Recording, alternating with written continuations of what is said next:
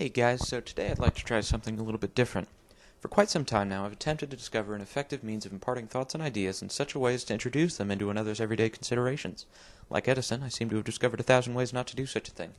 So my hope is that by introducing conversational and revisitable elements to my expression, I might discover a new effect of this means of interacting with others.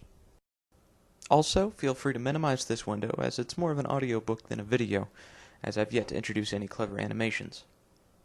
Before I start, however, I'd like to mention my purpose for creating this video. My goal is not to suggest that you lack intellect and are doing things incorrectly, though from what people seem to be capable of on the internet, I suppose that may very well be the case.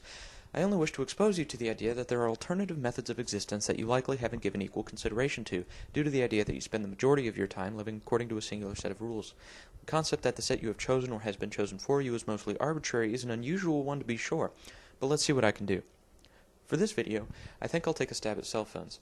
I realize this is a difficult topic, especially without getting into things like social networking and basic mental processing, which I will reserve for another day, but let's try and do some damage.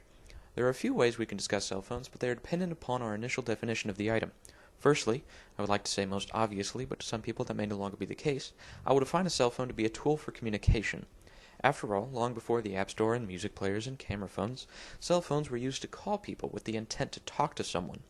These days I can hardly consider talking to even be the standard mode of choice for communication, with a large number of social groups texting each other from an arm's reach away. Texting is not the same as talking, though. There are a large number of very significant differences that distinguish the two. There is a rule in psychology called the 7%, 38%, 55% rule, which states something along the lines of the content of in-person interaction is 7% diction, 38% tone of voice, and 55% body language. This would mean that 93% of the content of communication is lost in the transition from in-person interaction to a phone call to texting. Now, if you're like me and you're already searching for this rule online to see how I may have misinterpreted it, you'll find that there are dozens of websites more than happy to assist you in the debunking of this rule. And in fact, I don't even necessarily agree with or care about the numbers themselves. The important part to consider is that there's a lot more going on when you're holding someone's hand or looking them in the eye when you're talking to them, instead of simply sending messages. Even passing notes carries more significance, as you would be willing to put in the effort to find something to write on and write with. Next, I'll mention that little 7% again, and suppose that it becomes 100% of your message when texting. You might be thinking, hey, I communicate my tone of voice and body language all the time in texting when I type in all caps to show that I am yelling, and put a little table flip guide to show that I wish I was actually angry enough to flip over a table, but I don't want to make my mom mad by ruining the dinner she just prepared for us. Oh, by the way, I'm supposed to be eating and talking to the people around me. Yes, actually, there are a limited number of vocal tones and body languages you can express via text style and emotes, but there is a major yet subtle distinction between texting and doing it yourself, that difference being yourself.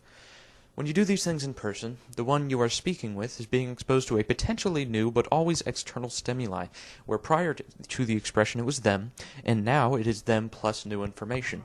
When you do these things over texting, the actual construction of the emotion and tone of voice is being outsourced to that person, meaning that each reader of the text message is required to create in his own mind what that expression might look like were you, again, as you are constructed in mind, to do that. This might not seem like such a big deal. After all, how often are you inspired to write Shakespeare after seeing someone flip over a table in person? Never, because nobody actually flips over tables, and that would be a waste of a perfectly good table anyways.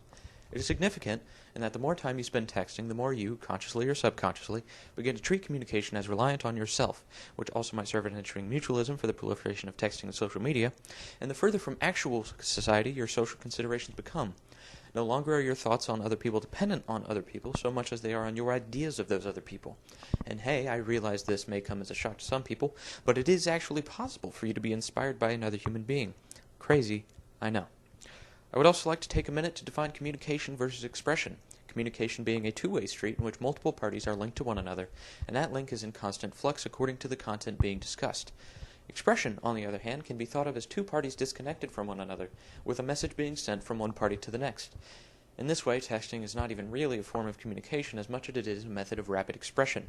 Also, before you suggest that what I've said thus far is anti-literature, I'm an avid customer of my local bookstore.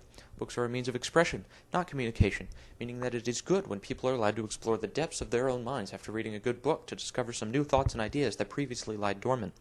However, it is not so good when people are trying to understand one another in specific instances. Back to the topic of texting, in the line of thought that diction is the primary means of expression, let's talk texting diction. Oh boy. A quick Google search reveals the probably incorrect figure of 12,000 to 25,000 words that people know and use regularly, depending on education. I say probably because I am too lazy to look up the real information here. If you know more than I do, feel free to post in the comments. The important component of this number is that it is only a very small fraction of the hundreds of thousands of words in the complete dictionary of the English language.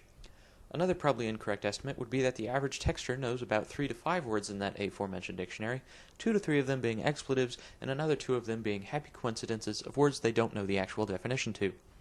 The rest of the average texter's diction is often a combination of gobbledygook that I can only assume they are trying to invent and I will hope will never catch on, and acronyms for common phrases.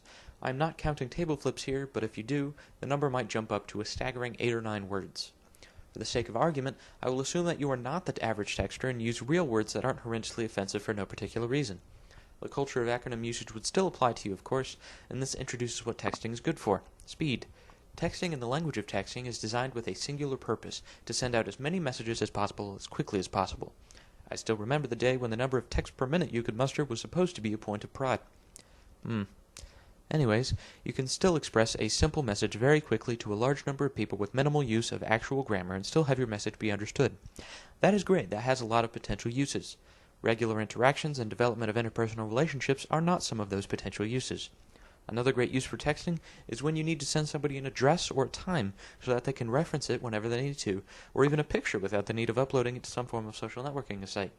Again, nothing to do with facilitating meaningful interaction. One final thing I'd like to mention about texting in this video is the structure of interactions they bring. For in-person interactions, if I say something to you, I expect you to respond, and if you do nothing but stare blankly at me or turn and walk away, you are still communicating a fair bit of information to me. However, if you were to do the same thing over texting, I receive absolutely no information whatsoever. You can send a message to someone and not receive a response, and socially that is perfectly acceptable. After all, maybe they're just busy or got a phone call or didn't see the message or are dead. How bad would you feel if you got upset that they didn't respond to you and it turned out that they were dead, right? Also, texting while driving. If you want to be an idiot, don't make somebody else die for it. Be an idiot in solitude. It's free and nobody will mind. Alternatively, maybe you said something that offended someone, and you now have received no information regarding what topics are sensitive or meaningful to the other person. Maybe you said something boring and they respond with apparent sincerity, and you now lack the ability to change topics to something they might prefer as you don't know any better.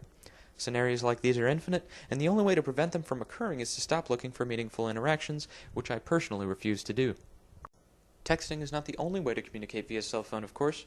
Phone calls help mitigate many of these problems, as people respond to you on a phone call, unless if they've dropped the phone, and you'll have a much better time interpreting people's responses to your thoughts and ideas hearing their voice rather than seeing their words. You do still miss out on body language and perhaps the most important part of interaction that is yet to be mentioned, interaction, like doing stuff. But for the most part, phone calls serve as a great preliminary form of communication to in-person interaction, though I would never suggest that they are a sufficient substitute. There is also the option of FaceTiming, a word that I think this may be the first time I've ever used. Theoretically, this would remedy most all of the problems of even phone calls, right? Not really. Not only do you fail to interact with people by not doing things together, you also make the border between interaction and communication more obscure.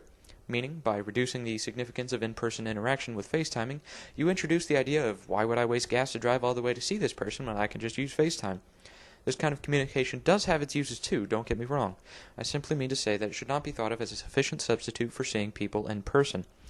There are plenty of other things you can do with a cell phone, but they fail to fit my initial definition of a cell phone as being a tool for communication. You can take pictures, but a camera would be better. You can listen to music, but a stereo with real speakers would sound better. You can play games, but I promise a PlayStation has a better game library. People will applaud the convenience of a cell phone for bringing all of these things together, but I must mourn the loss of significance that used to be associated with each of these separate devices. Anyways, this video is probably more than long enough as it is, and if you've made it to this point without skipping anything, then I commend you for your spirit. Love it or hate it, I would be very interested to hear what your thoughts on the matter are in the comments. Until next time, thanks for listening.